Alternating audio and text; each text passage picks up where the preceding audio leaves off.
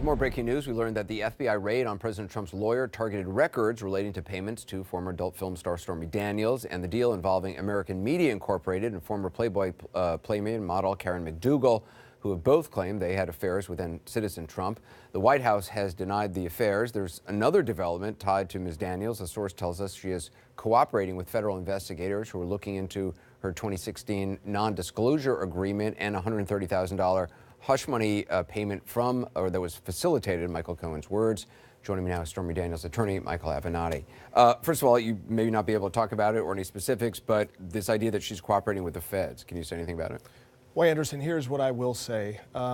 We were contacted by various attorneys from the government that are looking into this. We're going to cooperate fully.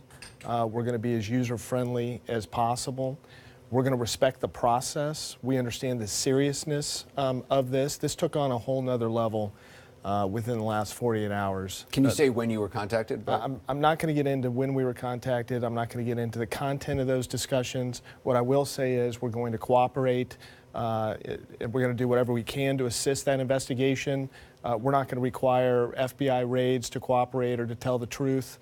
Our entire intent for the last 5-6 weeks of this case has been to expose the facts, expose the truth for the American people to learn as much as possible of what happened here, and to the extent that we can assist in the investigation and accomplish that, that's what we're going to do. I just learned that apparently Stormy Daniels is going to be appearing on the cover of Penthouse magazine in May, gave a lengthy interview as described to us. Do you know anything about that? Were you aware of that? I'm not going to get into what I was aware or not aware. I'm not aware of the appearance in the magazine as far as the details or what was said or what was not said. Okay.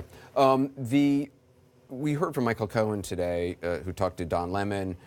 When asked if he was worried, he said, quote, "I would be lying to you if I told you I'm not. Do I need this in my life? No. Do I want to be involved in this? No." He said that the agents in the raid were professional, courteous, and respectful, which is certainly a far cry from the way the president described it as the agents breaking into his office.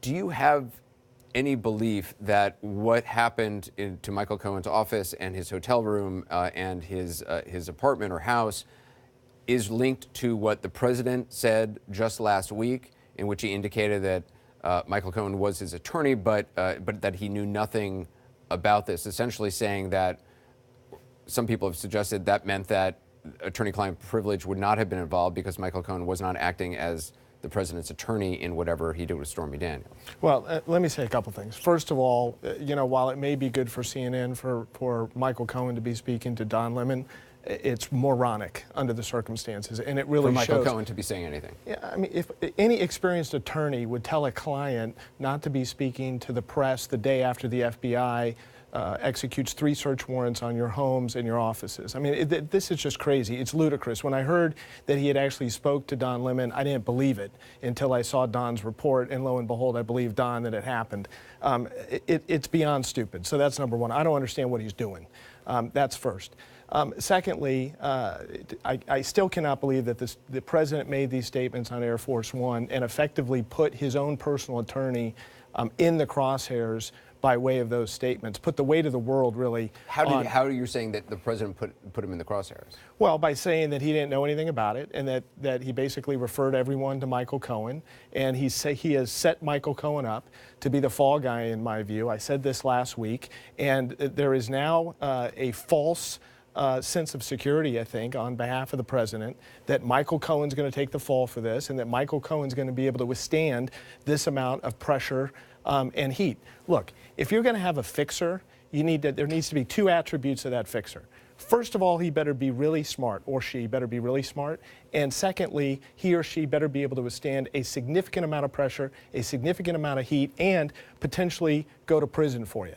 That's the best fixer you can possibly have. In my view, Michael Cohen doesn't fit either one of those requirements. For all his talk of being incredibly loyal to President Trump, then Donald Trump, of being a guy who, is the keeper of all the secrets, the tough guy, you don't believe that in the end he would go to jail for his client? I don't. I mean, I said this last night. If that, in fact, was a possibility. Correct. I don't. I said this last night. I'm going to say it again. Any guy in my experience who has to constantly tell you how tough he is or refer to himself as Ray Donovan is not a tough guy. He's closer to a purse puppy than a tough guy. I'm going to stand behind those statements. The problem is this, and it's been a constant problem, I think, for Mr. Trump. Over the last 20 years. He has not surrounded himself with the best and the brightest when it's come to lawyers and people around him. And you've seen that even more recently in the last 18 months. And now this is going to come home to roost as it relates to Michael Cohen. He picked the wrong fixer. He trusted too many personal secrets with Michael Cohen. And I think Michael Cohen is going to fold like a cheap deck of cards on Mr. Trump. And the results are going to be very, very bad. Michael Avenatti, appreciate your time. Thank you very much.